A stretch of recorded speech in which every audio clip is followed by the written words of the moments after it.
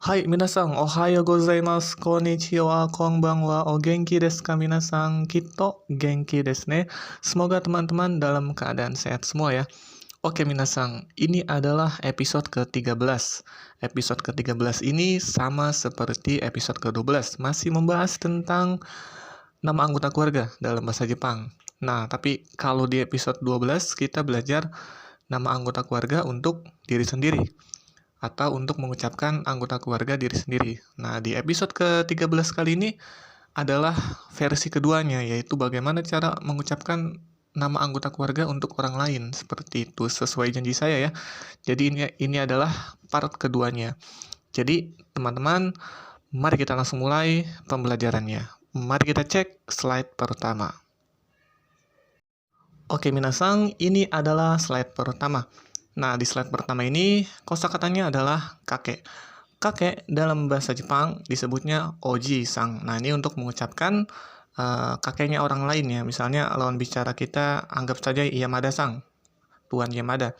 Maka ketika kita ingin bertanya kepada Yamada, Yamada-sang, kakek kamu sedang berada di mana? Seperti itu. Nah, berarti, Yamada-sang, oji-sang wa doko ni imasu ka? Nah, seperti itu ya. Atau di sini contoh kalimatnya, Oji-san wa noka desu ka?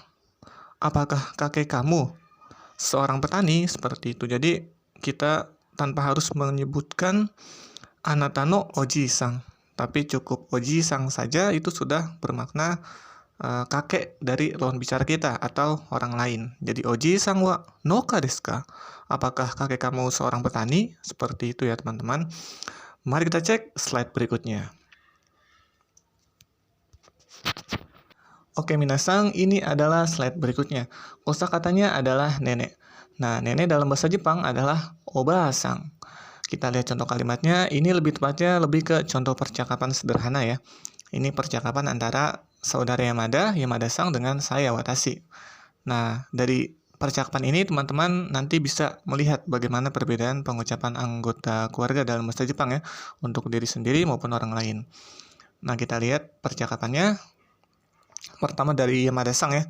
Yamada-san bertanya kepada saya, Ima, oba-san wa doko ni imasu ka? Nah, saudara Yamada bertanya tuh kepada saya, saat ini nenek kamu berada di mana? Seperti itu kan. Ima, oba-san wa doko ni imasu ka? Seperti itu. Nah, kemudian saya jawab, watashi ya, saya jawab, karena saya mengucapkan anggota keluarga saya sendiri, maka saya gunakan untuk nenek kata sobo, bukannya oba-san ya. Nah, saya jawab, Ima, sobo wa heya de nete imasu. Saat ini nenek saya sedang istirahat atau sedang tidur di kamarnya, seperti itu. Jadi, Ima, sobo wa, nenek saya, heade di kamar, nete imas, sedang tidur, seperti itu, atau sedang istirahat di kamarnya. Jadi, dari percakapan sederhana ini semakin jelas ya teman-teman perbedaan bagaimana mengucapkan anggota keluarga diri sendiri maupun orang lain. Untuk nenek, diri sendiri, sobo, dan untuk menyatakan anggota keluarga orang lain, nenek disebutnya oba-san. Oke, minasan, mari kita cek slide berikutnya. Oke, minasan, ini adalah slide berikutnya. Kosakata ayah. Ayah untuk orang lain disebutnya adalah oto-san. Kita lihat dari contoh kalimat di bawah, atau ini kembali contoh percakapan sederhana ya. Yamada-san bertanya kepada saya, Oto-san wa Nihon no kaisha de hataraite imasu ka? Ayah kamu apakah bekerja di perusahaan Jepang? Kemudian saya jawab, karena menyebutkan anggota keluarga saya sendiri, saya gunakan kata ayah ini dalam bahasa Jepang cici, bukannya otosang ya. Jadi saya jawab, so desu. Cici wa Nihon no kaisha de hatareite imasu. Nah, jadi seperti itu ya teman-teman.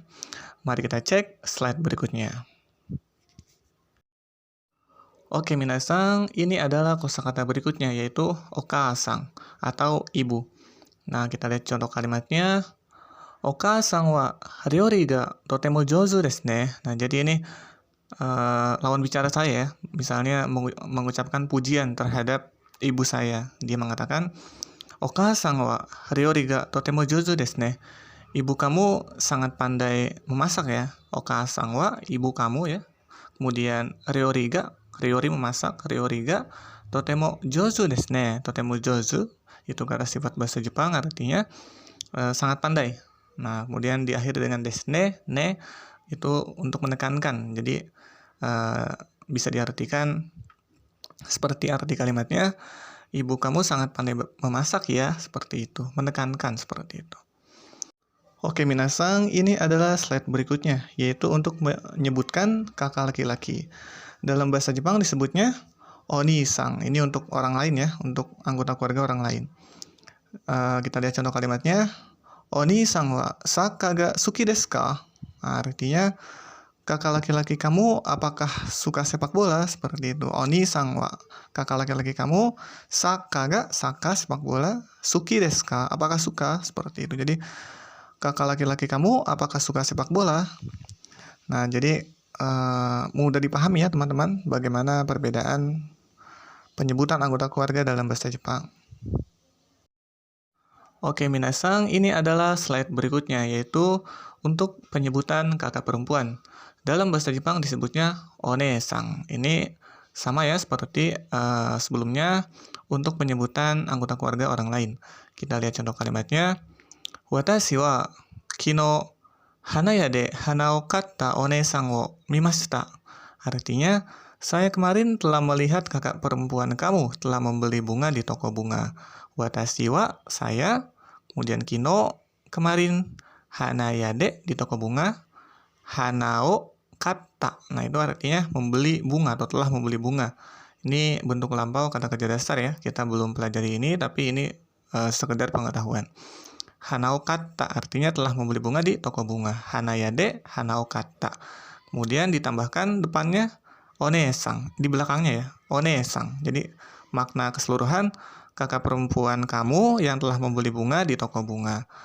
Hanaya de hanao katta one-sang. Setelah itu diakhiri dengan aktivitas yang kita lakukan itu mimashita, melihat. One-sang wo mimashita, melihat kakak perempuan kamu. Jadi arti keseluruhannya adalah saya kemarin telah melihat kakak perempuan kamu telah membeli bunga di toko bunga. Watashi wa kino, saya kemarin, hanaya de hanao katta one-sang, kakak perempuan yang telah membeli bunga di toko bunga. Wo mimashita. Seperti itu ya teman-teman. Oke minasang, ini adalah slide berikutnya, yaitu kosakata adik laki-laki. Dalam bahasa Jepang disebutnya ototo-sang. Ini untuk adik laki-laki, anggota keluarga orang lain ya. Kemudian ada contoh kalimatnya, lebih tepatnya contoh percakapan sederhana ya. Antara Yamada-sang dengan saya. Kita lihat, Yamada-sang bertanya kepada saya, Ototo-sang wa ima nansai desu ka? Nah, dia bertanya, adik laki-laki kamu usia berapa saat ini? Ima nansai desu ka? Kemudian saya jawab, karena menyebutkan anggota keluarga saya sendiri, adik laki-laki saya sendiri, maka saya gunakan ototo. Ototo wa ima 12 sai desu. Nah, adik laki-laki saya saat ini usia 12 tahun. Ototo wa ima 12 sai desu. 12 sai desu. Usia 12 tahun ya. Jadi, kurang lebih seperti itu ya teman-teman. Dari contoh percakapan sederhana ini semakin paham bagaimana perbedaan penyebutan nama anggota keluarga dalam bahasa Jepang. Mari kita cek slide berikutnya. Oke minasang, ini adalah slide berikutnya. Kali ini adik perempuan. Dalam bahasa Jepang untuk penyebutan anggota keluarga orang lain, khususnya adik perempuan, disebutnya adalah imoto-sang. Artinya adik perempuan. Kita lihat langsung ke contoh kalimatnya. Imoto-sang no tanjoubi wa itsu desu ka? Imoto-sang no tanjoubi. Ulang tahun adik perempuan kamu. Kemudian itsu desu ka? Itu kata tanya. Itsu artinya kapan dalam bahasa Jepang ya. Artinya kapan. Kemudian tidak menggunakan imoto ya teman-teman, seperti biasa, karena kalau menggunakan imoto maka artinya jadi berubah. Imoto na tanjoubi wa itsu desu ka? Maka artinya ulang tahun dari adik perempuan saya kapan, seperti itu. Karena kita menanyakan anggota keluarga orang lain, maka kita menggunakan imoto-sang. Jadi seperti itu ya teman-teman, perbedaan penyebutan anggota keluarga. Oke minasang, ini adalah slide berikutnya, yaitu untuk kosakata suami.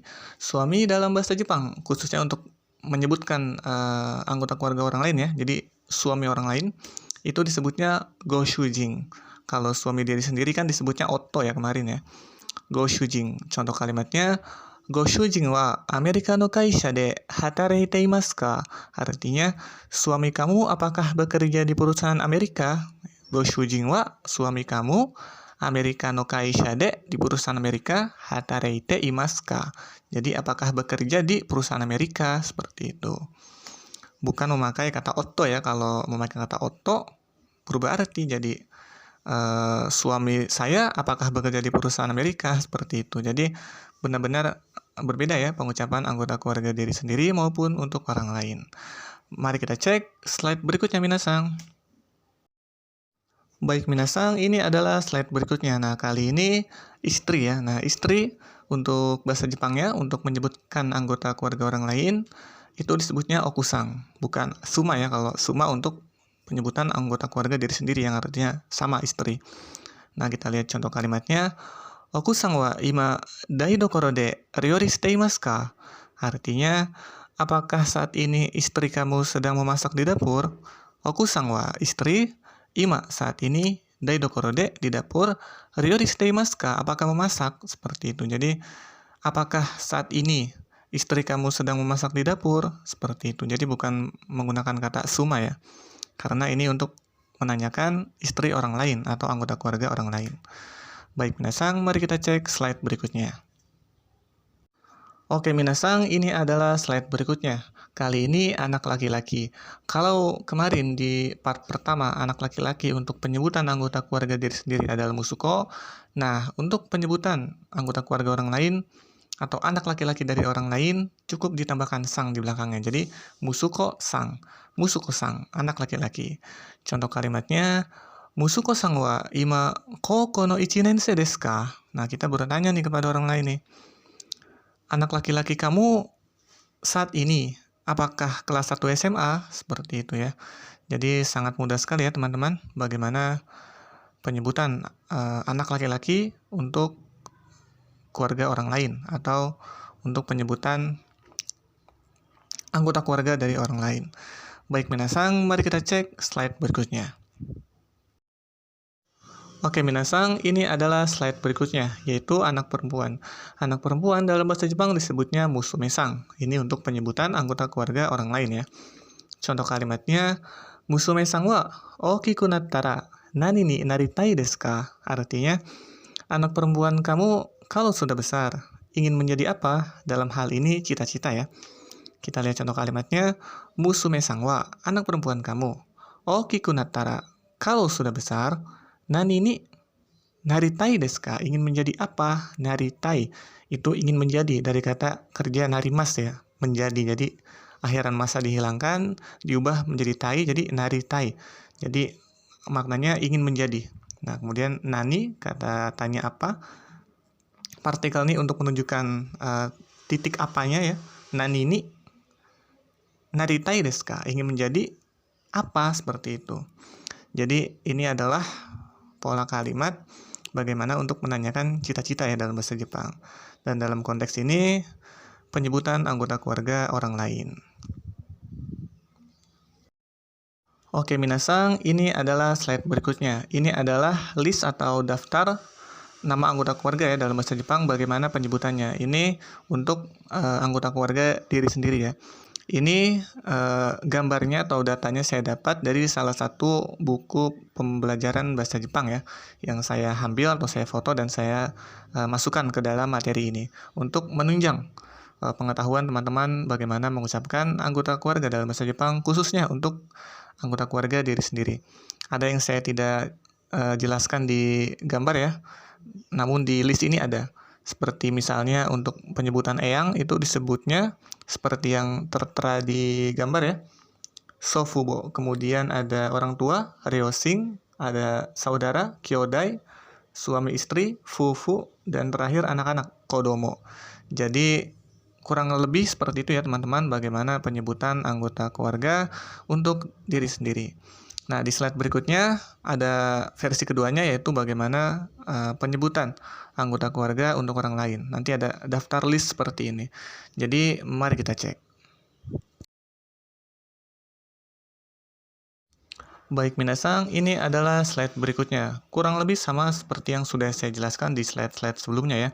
Ini adalah daftar list kumpulan nama-nama anggota keluarga dalam bahasa Jepang, bagaimana cara penyebutannya, khususnya untuk anggota keluarga orang lain.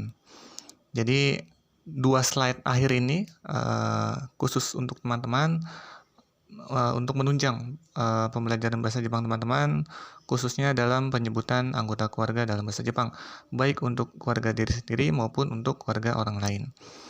Baik minasang, sepertinya untuk video episode ke-13 cukup sampai di sini ya. Nah, teman-teman, apabila ada pertanyaan, sangat-sangat diharapkan untuk menuliskannya di kolom komentar berikut dengan saran dan kritik teman-teman, karena saran dan kritik teman-teman amatlah sangat berguna bagi HP Nihongo untuk perbaikan ke depannya. Jadi, jangan sungkan teman-teman untuk memberikan saran, kritik, masukan semacam itu untuk perbaikan HP Nihongo agar lebih baik lagi dari hari-hari sebelumnya. Baik, minasang, jangan lupa untuk selalu mendukung channel YouTube HP Nihongo dengan like, comment, share, maupun subscribe, dan jangan lupa untuk nyalakan notifikasinya untuk mengetahui video terbaru dari HP Nihongo setiap harinya. Baik teman-teman, tetap jaga kesehatannya di masa pandemi dan tetap semangat belajar bahasa Jepangnya. Kalau begitu saya pamit teman-teman.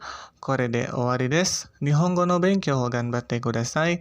Kono douga o mite korete hontou ni arigatou gozaimashita. Ja, sugi no douga de mata aimashou.